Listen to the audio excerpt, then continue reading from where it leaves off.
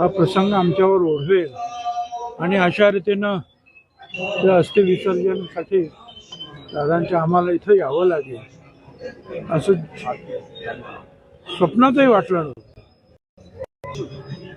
कार्यक्रमासाठी येणं वगैरे सगळं, पण हा फारच विचित्र मनोद्भंग करणारा असा कार्यक्रम.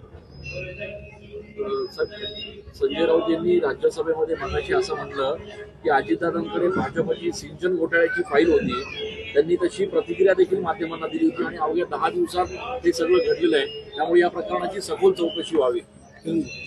मी तरी हे तुमच्याकडून पहिल्यांदाच ऐकतो आहे.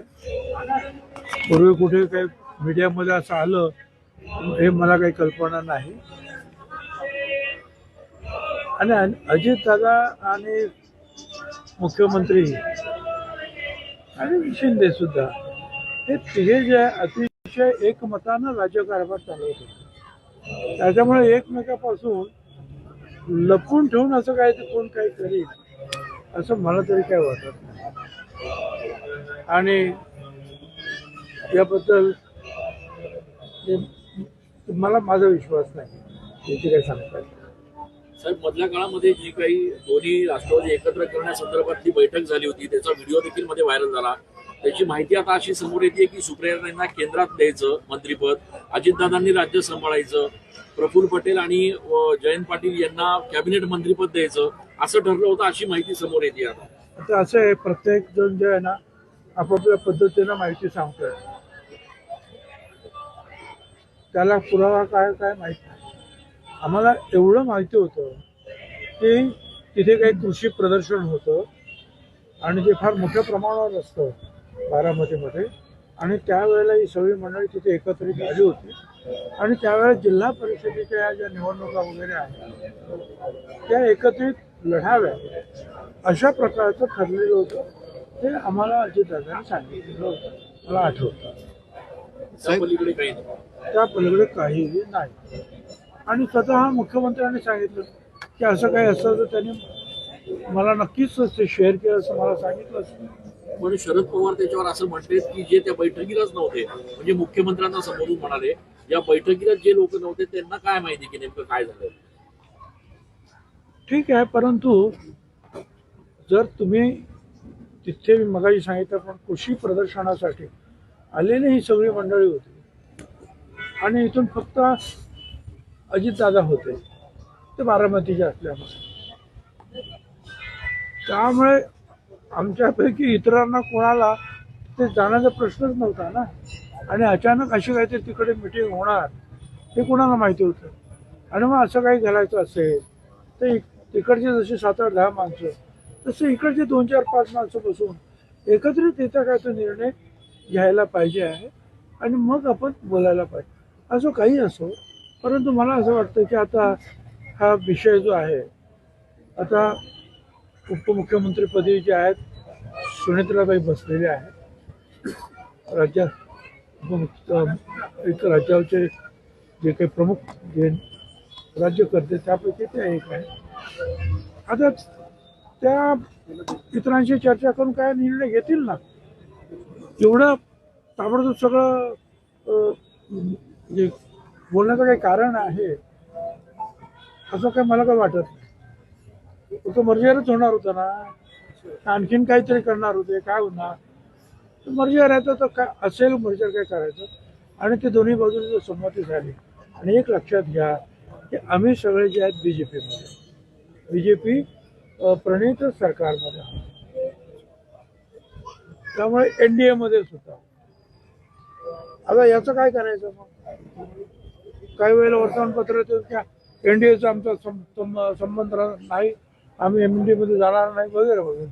मग आम्ही सरकारमध्ये बाहेर पडायचं असं काही ठरलं होतं का. उलट सुलट अशा प्रकारचे मला असं वाटतं की बातम्या येऊ नये, चर्चा होऊ नये, शांततेनं जे आहे शांत राहावं, काही दिवस जाऊ द्यावं आणि मग जी काही चर्चा करायची आहे ती चर्चा करावी. आणि चर्चा करत असताना साहजिकच आहे, ज्या सरकारमध्ये ज्या मुख्यमंत्र्यांच्या सरकारमध्ये आम्ही काम करतो त्यांना सुद्धा विश्वासात घ्यावंच लागेल. ते स्वतः मुख्यमंत्री म्हणाले साहेब, अजितदादा होते तोपर्यंत शरद पवार पक्षामधनं कोणी विलिनीकरणासंदर्भात बोलत नव्हतं. त्यांच्या निधनानंतर जवळपास सर्वच नेते विलिनीकरण होणार काही दिवसामध्ये अशी चर्चा सुरू झाली. अगदी 14 तारखेची वेळ सुद्धा काढलेली होती. 14 तारखेला अधिकृत घोषणा होईल अशा पद्धतीचं वक्तव्य येत आहे. मला काही कल्पना नाही. प्रत्येकजण आपल्या मताने काही काही बोलतो. काय आता मी तर फार पूर्वीच म्हणालो, जर ठाकरे एकत्र येऊ शकतात तर पवार का एकत्र येऊ शकतात. तो काय अटी शर्ती, कुठली परिस्थिती, काय परिस्थिती, तिकडे ठाकरे यांना काही बंधनं नाही. तिथे थोडंसं जे आहे ते BJP आणि शिंदेबरोबर जात असताना त्यांचं काय म्हणणं आहे हे ऐकावंच लागेल ना आम्हाला. जितेंद्र आव्हाड असं म्हणाले की पक्षाच्या राष्ट्रीय अध्यक्षपदी सुमित्रा पवारच अध्यक्ष असतील असं अमोल मिटकर यांनी स्पष्ट सांगितले की त्याच अध्यक्ष होतील.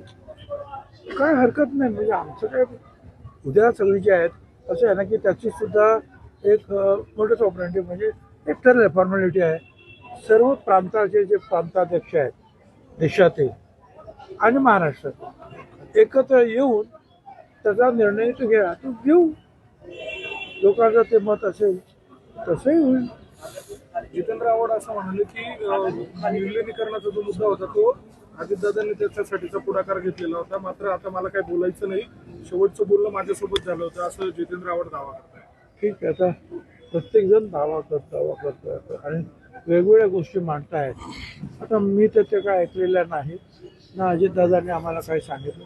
अजितदादांनी आम्हाला कृषी प्रदर्शन आणि ते जे आहे ते 27 तारखेला कदाचित 26 तारखेला आम्ही तिकडे बसलो असताना देवगिरीवर चर्चा झालेली मला ते आठवतं. 26 की असं झालेलं आहे आणि ती सगळी मंडळी आली होती आणि मी होतो आणि म्हणाले की एकत्र आम्हाला घड्याळावर लढायचं आहे. तिथपर्यंत काहीतरी चर्चा झालेली असं मी तरी ऐकलेलं आहे. पण याच्या पुढे आणखीन काय होणार, काय ठरलं हे काय आम्ही माहीत नाही.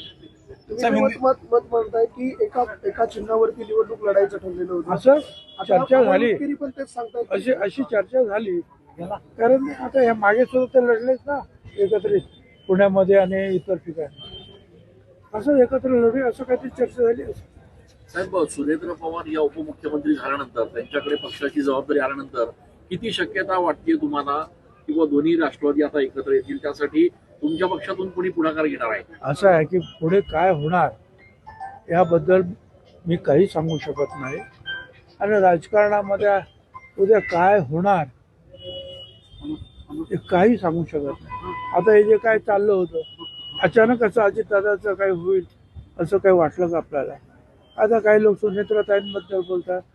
इंदिरा गांधींना सुद्धा ज्या वेळेला त्या पदावर प्रमुख बसवलं त्यावेळी काय ती गुंगी गुडिया ती गुंगी गुडिया जी आहे तिने देशाला आणि जगाला चमत्कार दाखवले. त्यामुळे आपण सगळ्यांनी जे आम्ही तर ठरवलं की सुनेत्राताईंच्या बरोबर काम करायचं, त्यांना सहकार्य करायचं.